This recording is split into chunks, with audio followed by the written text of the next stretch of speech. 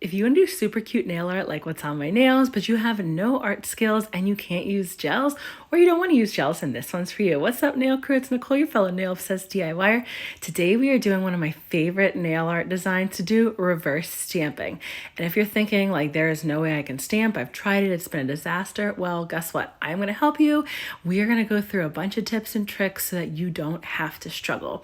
First, we're going to start off with my dip mani, and I wanted to do something Christmassy since when I did this mani, it was November, so I wanted to give it a little Christmas flair, and I found these really cute little penguins that I ended up doing as a stamp. I like to take a gamble on Amazon stamping plates, and I found a set of stamping plates that was under $10, which I'll make sure I link in the description. It was under $10, and I literally have loved every single plate.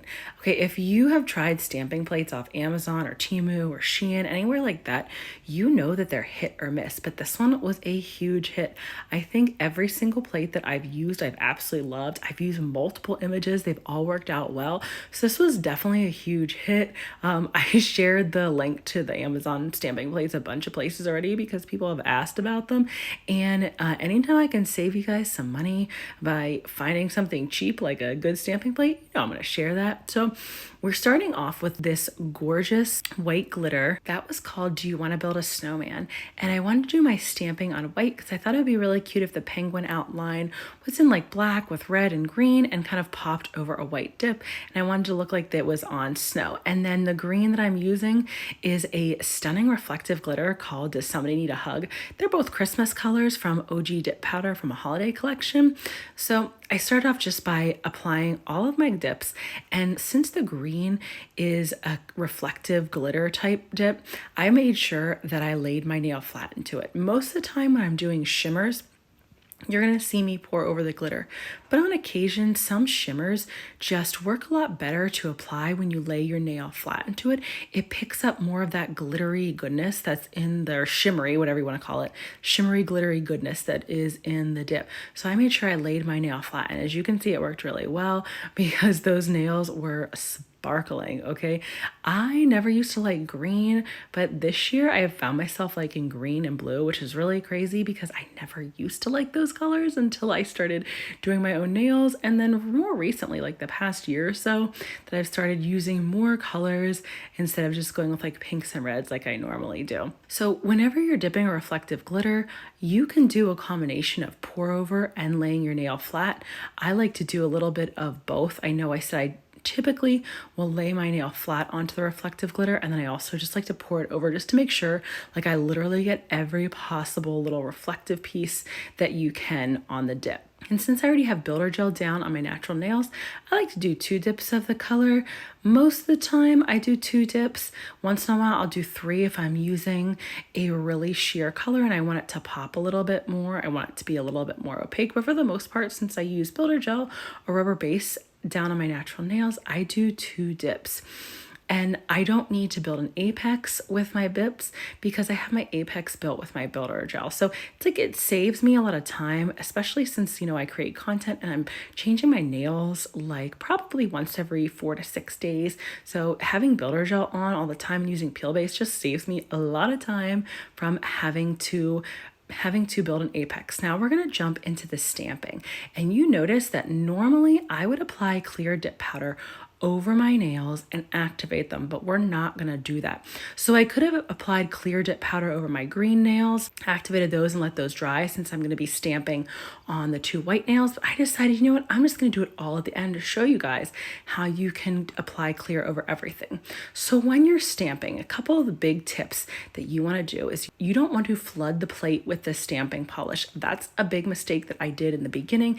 I was putting too much stamping polish on my plates and I wasn't able to scrape it all off. So you want to do 1-2 scrapes max down your plate. You want to do them quickly and pretty hard. Like you don't want to press so hard that like you can't even move your scraper, but you want to scrape quick and hard.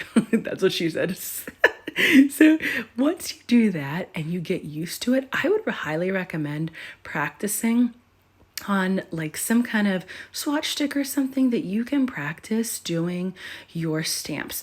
Once you get the rolling motion of the scraper, once you get like realizing how much stamping polish you need to cover an image, those are things that once you get those down, it is so much easier. And the reason I love to reverse stamp so much is because it is literally coloring in. Okay, and I'm not even that nice with it. I color in the stamps kind of sloppy. So reverse stamping is literally coloring in. And for somebody like me who is a bit messy and has clumsy hands, I like to use toothpicks, and I put a bit of the stamping polish on a nail art palette like you see me doing, and then I just dip the toothpick in and then color it right into where I want it on the stamp. Now, something that you can't really like tell that I did is I let my stamps dry for a few minutes before I color in. So you don't want to stamp and then immediately try to color it in, or you're going to pull up the stamping polish from the main image. So you've got to let it completely dry. It only takes a few minutes, and then I can start to color it in. So I let my both little penguins dry. There was like a bigger one and a smaller one, and I let them both dry, and then I started in on the reverse stamping. And I just keep going back and forth and dipping the toothpick into the stamping polish, and then very, very gently placing it into the little image, the stamped image, where I want it to show up. Now, something that I want to make sure you know that's okay if you do. So once you have your main image, if you put stamping polish over the back of that image, like say I put a little bit of stamping polish over the penguin's nose, it's okay because the nose was already stamped black, so you're not going to see if I get a little bit of white or a little bit of green on there, because you're just going to see the black that's right there on the stamp. So it's okay if you cover up a little bit of your initial stamped image, your main image that you're coloring in, because what's going to show up is what's on the outside. So you can see as I flip that over, you can't tell if I got a little bit of the white stamping polish on like the black outline of the penguin. I was talking to a couple nail friends recently who are really discouraged about stamping, and they just said they were really struggling when they first started. And I totally understand. When I first started stamping, I was terrible at it.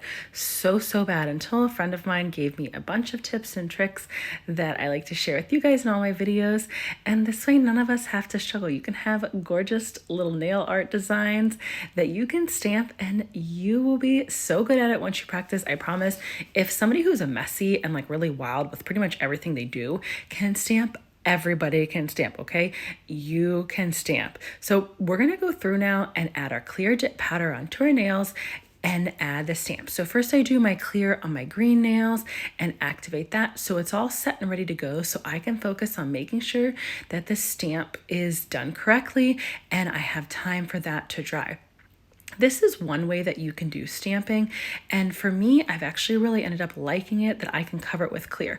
So I use the sticky base called Death Grip from Dreadfully Dainty Designs. I have been loving her sticky base. I don't know, there's something about it that I feel like the image just pops really, really well, and I use it for my decals as well. So I wanted to compare that with the Maniology sticky base and just like see how it looks and see how I felt, like which one dried faster, which one dried more evenly. I felt like the Death Grip dries more evenly than the Maniology. I felt like Maniology dries not as even on me. I don't know if it was just like this time that I did it, but once your sticky base is tacky, it cannot be like soaking wet.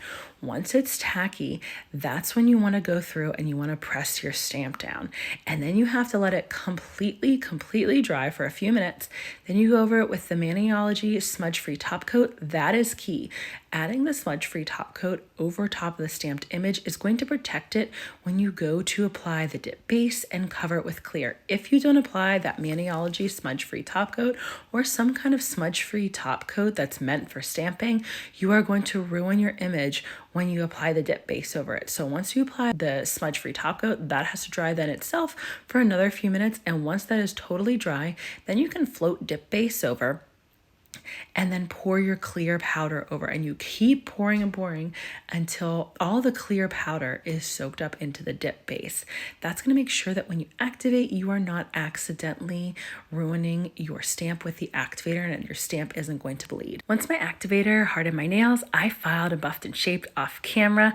I have a whole nother video that goes through that. If you want to see, I will make sure I link that at the end of this video. But let's finish up with top coating, and this is my favorite part about topping a stamp stamp with clear dip powder is you get to use your dip top coat over your entire nails. Now, I don't do that every single time, so sometimes if I realize that I did a kind of crappy job applying my dip powder and I'm gonna need to buff more than I usually do, I will just finish like normal, like with my clear dip powder, and then I will stamp over it and use a nail polish at top coat. But since I did a decent job on this mani with my glitter application, I got it to be pretty even. I knew I'd be able to stamp right over it and finish with clear dip powder and then top coating. Whatever dip liquids that you're using, you follow the top coating instructions like you normally would. You basically are pretending like you don't even have a stamp underneath it. If you aren't ready for stamping and you need some more help with basic dip application, make sure you check out the first pinned comment. It's the link to my Dip Nails 101 guide, the ultimate guide to dipping your nails at home. Thanks so much for joining me today, nail crew.